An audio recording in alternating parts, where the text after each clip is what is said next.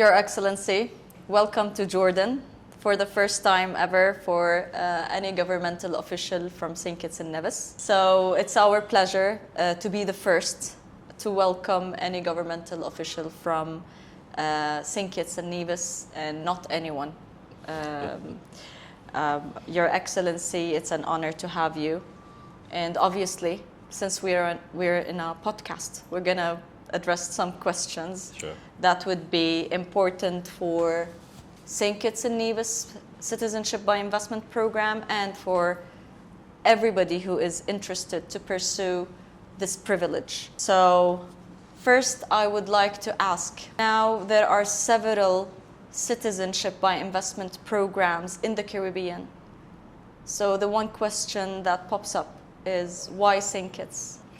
Yes, and I keep getting that question as I travel around the globe as to what makes St. Kitts and Nevis different from the other citizenship programs that have either been in existence or coming on board. The first thing I share with individuals who may or may not be aware that St. Kitts was the first. We created this industry. And that was about 40 plus years ago. And not only did we create it, we are the oldest, longest lasting citizenship by investment program in the world.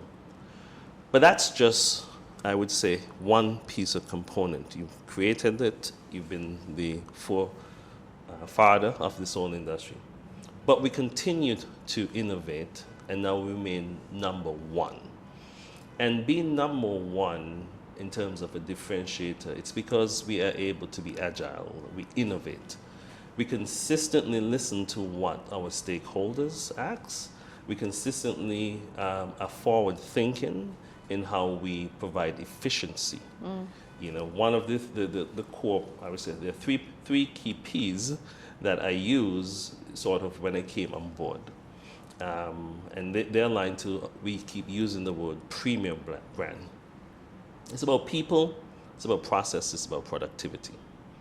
And St. Kitts and Nevis has consistently prided himself in not just following the standard, but we want to lead the standard.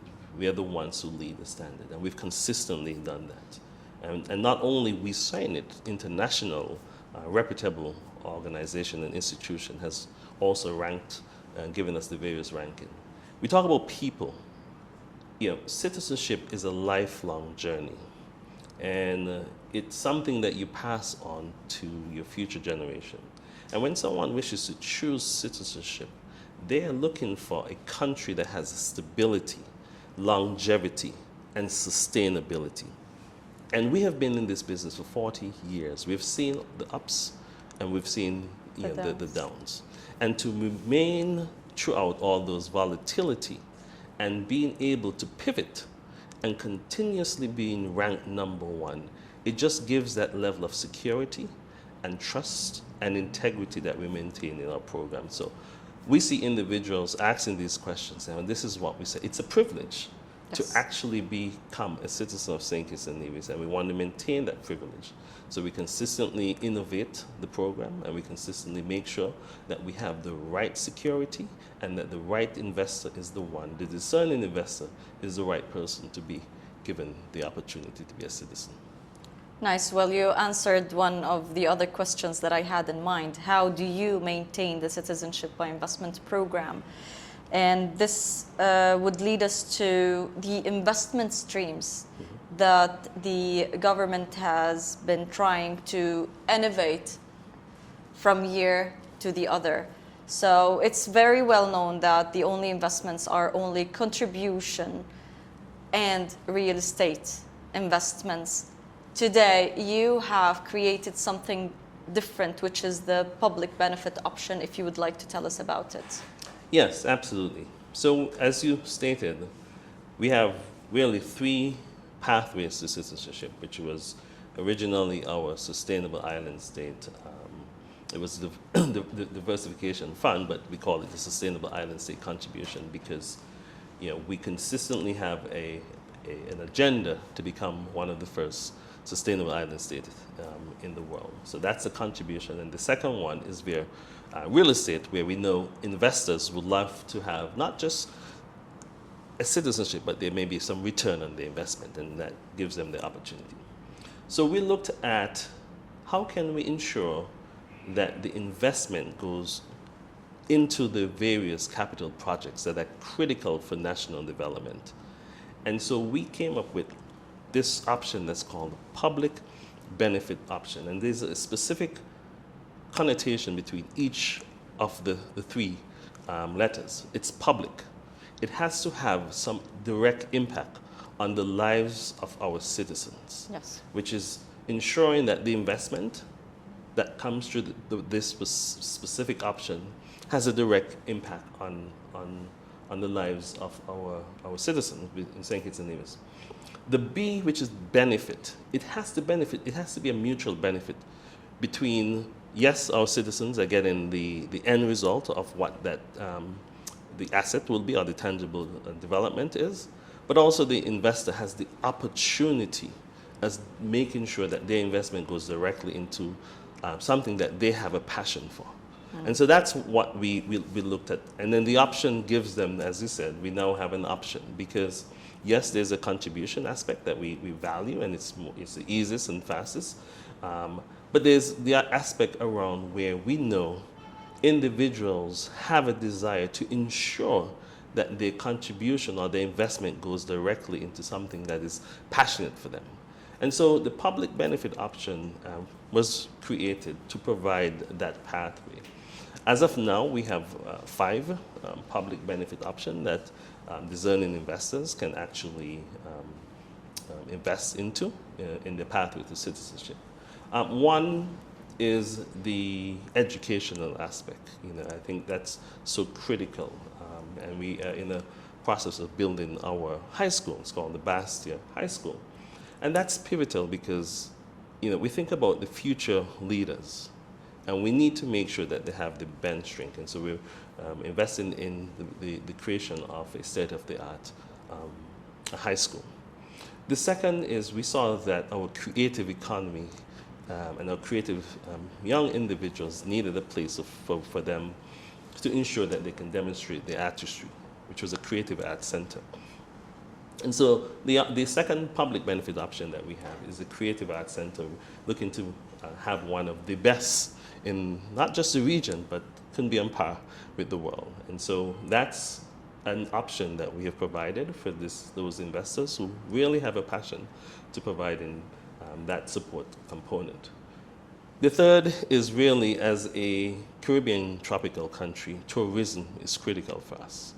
And as we continue to develop, we obviously need to ensure we invest in the infrastructure to support that, which is the expansion of our airport.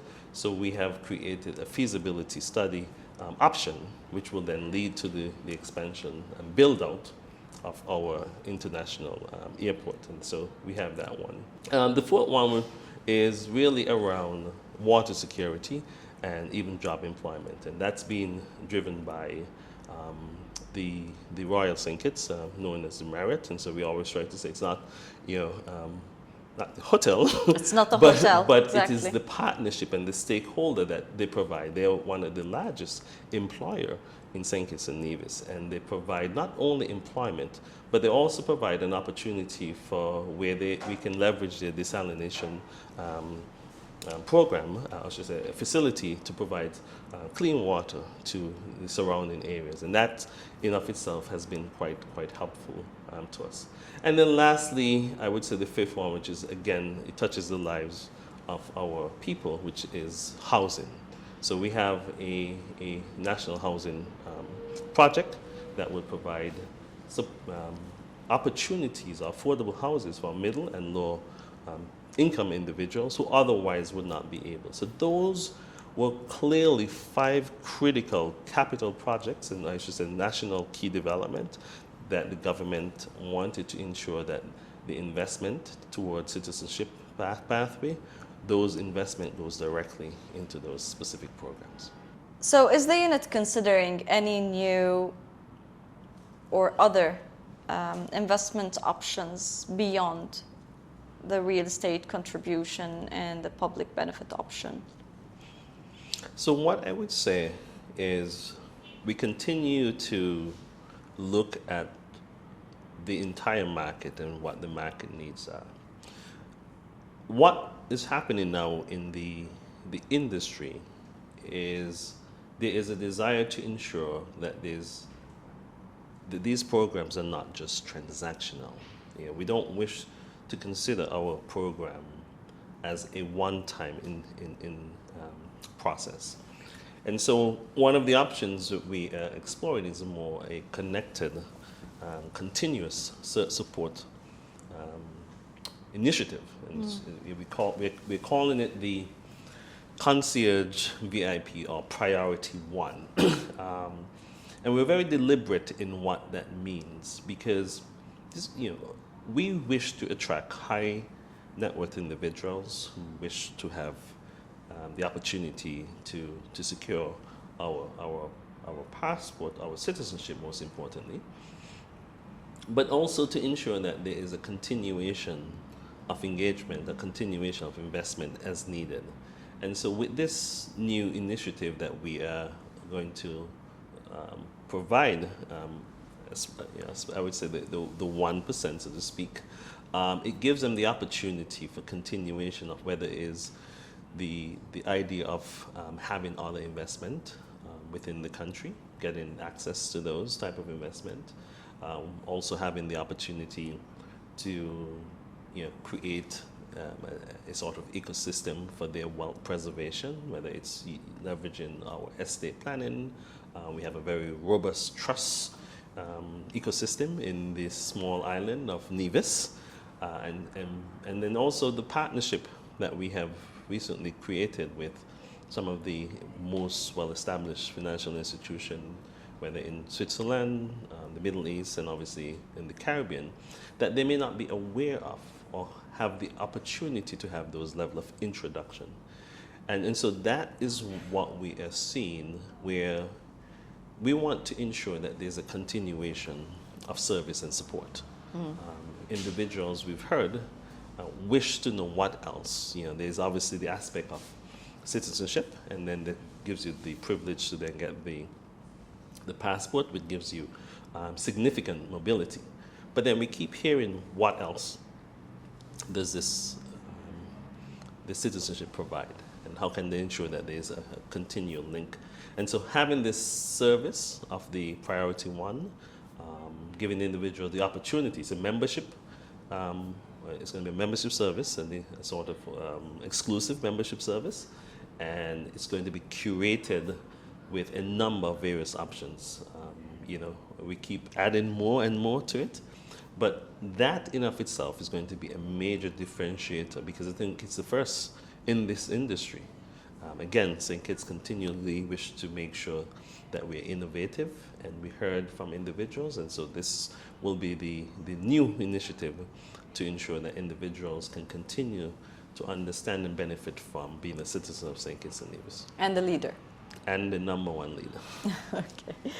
So that leads us to the internal processes of the unit. Sure. How would you maintain the efficiency? Because the more services you provide, the more people would be interested to pursue it. So you need to make sure that the time frame for processing is also efficient. Yeah. How do you work this out internally? So I'll answer that in two ways, because you mentioned the more people. We are very selective, St. Kitts, and we have that right. And not that we wish to say, maybe our program isn't for you, but we wish to ensure only the right qualified, reputable individual. And so we have one of the most rigor in terms of our enhanced due diligence process. It's multi-layer. Individuals have to go through a significant, whether it's a in-person virtual interview, they have to provide an exorbitant number of paperwork to demonstrate we know who they are. We partner with international law agencies to ensure that an in-depth vetting of these individuals and the source of income can ensure that we are protecting firstly our borders, but also our international partners' borders. They have allowed us this privilege, and I think people keep forgetting it is a privilege that our international partners have provided, the opportunity to have this ease of mobility. And so we want to make sure first we protect our borders, but also we are protecting their borders from any type of individuals that will create some disrepute being a citizen of St. Kitts and Nevis. So we go through a very rigor-enhanced due diligence process, making sure that individual is the right individual. Now, in regards to the processing, it's really about efficiency. And when I came on board, having worked in the international arena, sort of the investment space, that was key. Efficiency is a two-layer component. It's about speed, but it's ensuring that there's compliance. Mm-hmm. And so we make sure that we have the intersection in place where we now introduce digitization. And we've recently launched, and we're finalizing all the aspect of our new digital platform. It's called Saturn. Very interesting term, since it's in outer space, so to speak. Of course. But the reason why we did that, as I said, we've been in this business for 40 years, and we realized we have to innovate. We have to be ahead of time. Technology is obviously the forthcoming component to ensure that you have speed in place, but you also have the de-risk. And so we've introduced this to reduce the paper base. We also introduced this so that minimal human touches are involved. And what that has done, that has created an extensive, efficient, and speed, so to speak, because once the application is in the system and it goes through all the relevant checks, immediately it can go through the workflow at a fast rate. Mm-hmm. And what we have seen, and obviously I'm sure you have seen in your Sure. organization, is that we have moved the needle exponentially from almost, I would say, it was almost going on a year or two, to we use a baseline of 120 to 180 days, but that's even more with the new advancement of the digital system, that actually has increased it even much faster. But the speed did not in any way take away from the compliance aspect, because what it allows us to do with the digitalization is that we can quickly get the client information to our international due diligence firm, our international legal, as fast as possible, because now there's an integration and they can quickly tell us if this individual is the right individual or not the right individual, and we can quickly make a decision. So when you're seeing that speed and that level of efficiency, but it also has a rigor of making sure that we are compliant, and our rigor of due diligence is taken into consideration as well. So you're maintaining the global standards as well? We are setting the global standards. So we want to ensure that we show the world that you can do both at the same time. We understand the clients are in desired need for speed. That's important. But we also know our international partner want to make sure that we go through all the relevant rigor. And so with the combination of digitization and integration of these various systems, we are now accomplishing both. Perfect. All right. So moving to regional matters within the Caribbean and within the CBI programs. All 5 Caribbean countries who have a citizenship by investment program signed an agreement to establish a unified regulatory body. What does that mean to the citizenship by investment units of St. Kitts and Nevis in specific? And what is the effect on the investor who is looking to or pursuing the citizenship by investment? It's a very good question. As you noted, all 5 of the Caribbean CBI programs signed an agreement to establish the Eastern Caribbean Citizenship by Investment Regional Regulator Authority. St. Kitts was the one who actually pushed forward. We were the one leading. We actually the one champion to have this. And the reason why we saw the benefit of having a regional regulator is really to emit or to display to the world that, you know, we want to ensure that level of confidence and trust and integrity remains in the program. Many people may or may not be aware that we have it's actually in St. Kitts, the Eastern Caribbean Central Bank, which has the Eastern Caribbean dollar pegged to the US dollar, and since 1970 at 2.67 to 1. That's a very strong confidence that we Yes. have with the dollar. And so the decision was to ensure that if we were able to unify and have one of the key and powerful Eastern Caribbean regulated central bank that regulates our banking and financial institution, why don't we use a similar model that has been, you know, obviously tested over times, and build that model into our citizenship investment program? And so that's really was sort of the architectural view of providing that level of confidence, of ensuring that, one, the regional regulator authority demonstrate to our international partners, demonstrate to the investor, that the programs that you choose in the Caribbean is a trusted and confident one. It has the backing of knowing that it's going to be regulated, and anyone or any of the programs that do not sort of abide by the rules of governance, you know, will face certain sort of penalties as need be. And so the regional regulator is really being established, and the agreement is to, well, first harmonize the programs. That's number one. I think there's good, healthy competition, and we welcome healthy competition, but there needs to be some level of harmonization on whether it's how we ensure that we monitor how the marketing of the programs and they abide by certain strict guidance, whether it's ensuring that the minimum investment that we all have indicated that we signed on as part of the MOU, that it's actually being adhered to as well. The other piece is really around the due diligence, and that's critical. So the regional regulator, the Eastern Caribbean regional regulator, really was, it came together with inputs from our international partners. And that was critical. We heard from the United States, we heard from the UK, the United Kingdom, and we heard from the European Unions around what are their concerns, you know, how can we ensure that we provide that level of confidence Yes. around monitoring, enhanced due diligence, also the opportunity of information sharing, or intelligence sharing, to give them that level of confidence.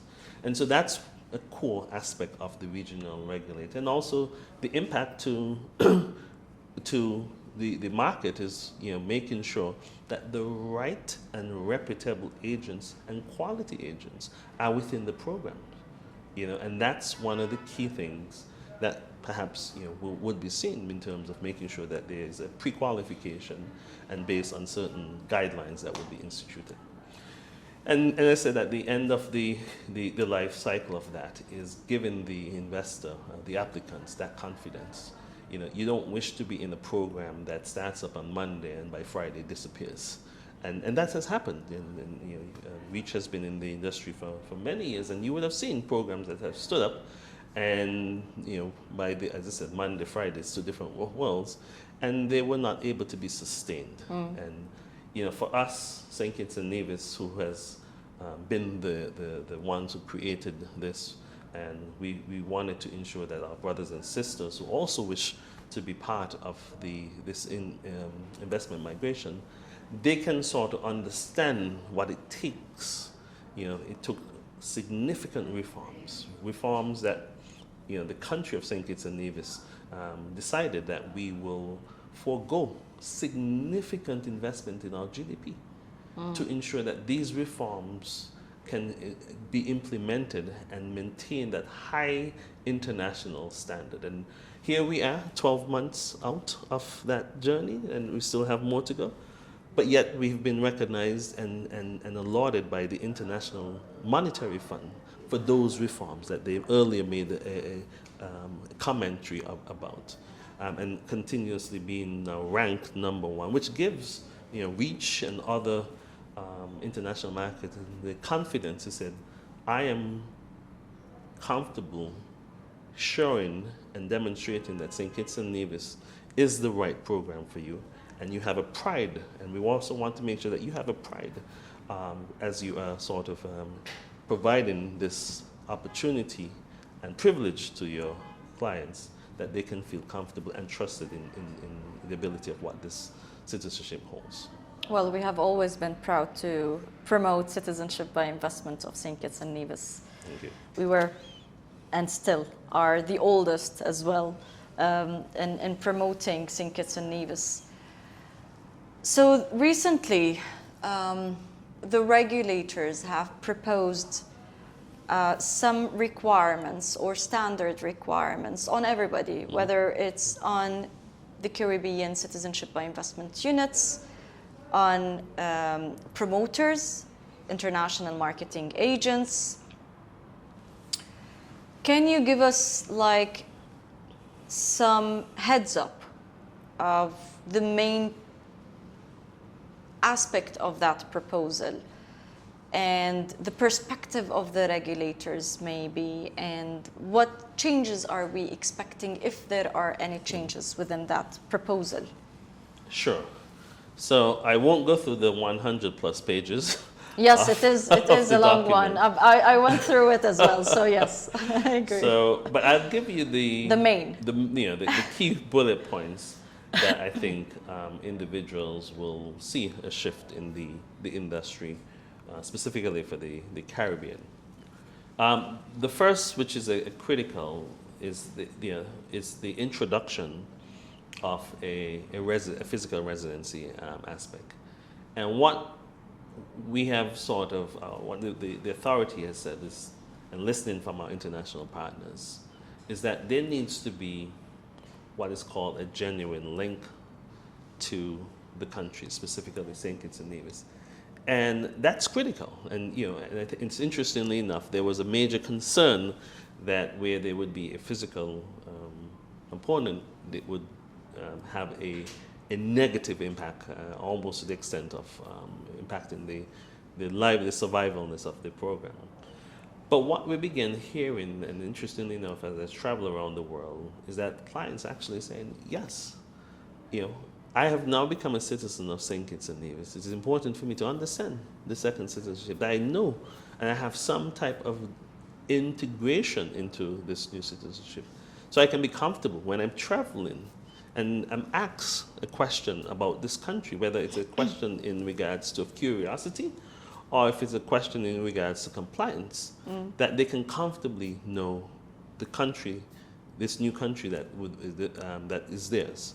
And that's very important. So the physical residency requirement, it was good. We've sort of looked at it in the most less impactful way and said, listen, it's going to be, over 5 years, we would like the applicant and the applicants and their family to at least visit St. Kitts in a cumulative time of 30 days over 5 years. And that's, for us, we see that, hey, you can come once a year for vacation for at least a week. And we're now seeing that. And not only are we saying that we are now imposing something, but even our tourism and Ministry of Tourism are finding ways to see how can we partner. And you may have heard there has been a recent with Doha.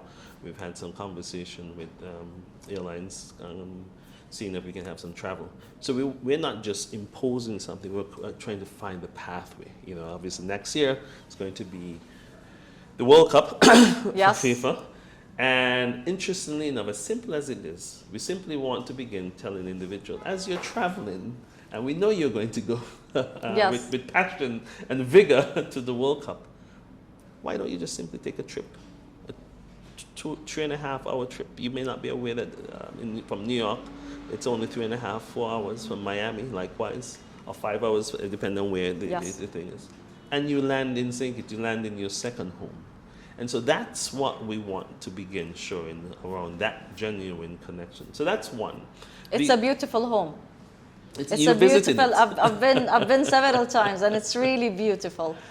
So we want to make sure that your both feet and their family, both feet can touch the ground and really welcome, rather than myself and other folks saying it. You're a citizen. You need to be an ambassador of our country. I think the other key thing of the change is really around for the promoters. We need standardization. It's unfortunate there have been individuals who have really put a negative outlook on the programs based on how they have falsely marketed the program and saying certain things that are not accurate. And so the regional authority will have social intelligence looking to make sure that we standardize it, make sure that the information that is shared is the right information globally around each of those. So that's going to be the harmonization. And I think lastly, which is already, St. Kitts has already been in advance of that, is the biometrics component. There will be a biometric collection, which is basically ensuring from a safety and security perspective, that would probably be, and we'll make sure that it's being done at the embassies. The embassies will have the access, again, just to make sure there's minimal impact to the individuals to get in their biometrics collection. So these are sort of the changes that will be coming to the program or the market for the Caribbean investment program, just to ensure that there's a continuation, but there's a confidence in these programs. Very interested. You mentioned one of the questions that I wanted to address with regards to the biometrics. Now, since you have mentioned it would be also facilitated through embassies, it would be good to give us heads up. Now we're in the Middle East. What is the closest embassy of St. Kitts and Nevis in the Middle East, located in the Middle East? Yeah, so as of now, we have in the UAE, Dubai section. Abu Dhabi. Abu Dhabi, on that end, we have the closest. But even more so, what we also, again, technology is absolutely fascinating. So yes, we're going to give the embassy the opportunity, but also when we travel to some of these events, we will also give the opportunity to collect biometric in some of those specific countries, because the technology is that flexible. And so it's being built to ensure that, for example, if I'm here in Jordan and Amman, and individuals wish, we will have a team that would be able to say, we are coming in this region, we'll be here, and we will be able to facilitate the collection of the biometrics to support or supplement the embassies as well. Very nice. On an international level, recently St. Kitts and Nevis signed a visa waiver agreement with Nigeria. So congratulations on that to start with. And I'm wondering if there will be any future, soon actually, similar partnership in our region, mainly the Gulf, maybe the Middle East, or any other country. Yes, now, that's a significant milestone, so thank you. One of the things that we continue to do is we continue to engage at the diplomatic level of partnership, and that's important. It's beyond just visa-free. It is around partnership. It is economic partnership. There's the issue of ensuring there's stability and a mutually exclusive awareness and engagement. And so we continue to have those conversations, because although we are a tiny little country in the Western Hemisphere, I think the world has become aware of St. Kitts and Nevis. And rather than actually us going out, they're coming to us. And the conversations are a sort of shift where they are looking to have that partnership. And we are welcome. We have always been a welcoming country from the time we started this program in 1984, and began showing the world that what we can offer. And so yes, you would continually to see that. More conversations are happening, and we welcome, obviously, as I said, maintaining those positive ties of diplomatic engagement, so that all of our citizens and our global citizens have the opportunity to really experience, and have that element of understanding that the world as it stands has a safe component in St. Kitts and Nevis, and we welcome those continuous conversations. In a recent webinar, you mentioned that there will be an updated list of restricted nationalities. When are we expecting that, and what shall we expect? Great.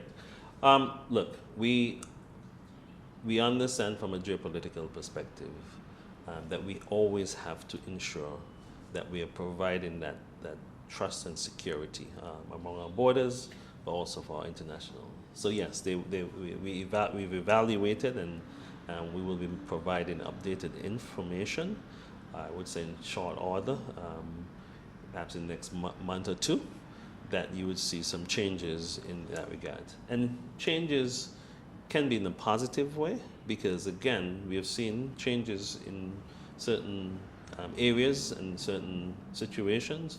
So we're always making sure that we are, one, protecting the borders of our international partners. So we have those conversations. We are actually going to be in dialogue, I would say, in the next few weeks, just to make sure that any of those countries that currently are on our ban list, or perhaps countries that need to be added to the ban list, or those that may need to have some adjustments, if there's a level of assurance from a security perspective and there's no level of concerns, that we make sure that we are comfortable and that they're comfortable as well before we make those changes. And we've continually have those engagement. We've had some issues last year, and we've had some positive engagement. And so yes, we will be seeing those changes in the next, I would say, 2 months, around what the new ban lists and citizens from those various countries will be looking like for the access to St. Kitts and Nevis citizenship. Well, I would like to thank you for your time and patience. Those are a lot of questions, so thank you very much for your time, and it's always a pleasure to have you. Thank you. Hopefully the first and not the last. No, thank you for having me. It's a pleasure to actually be here in Amman and in Jordan, and especially with Rich, who has been a long-lasting partner, and obviously want to continue the partnership, and in any way can be of support to provide the right information, and it's coming from the authorities. I'm happy to do that, and as you said, I'm happy to come back at any time I get an invitation. Thank you. You're always invited. Thank you.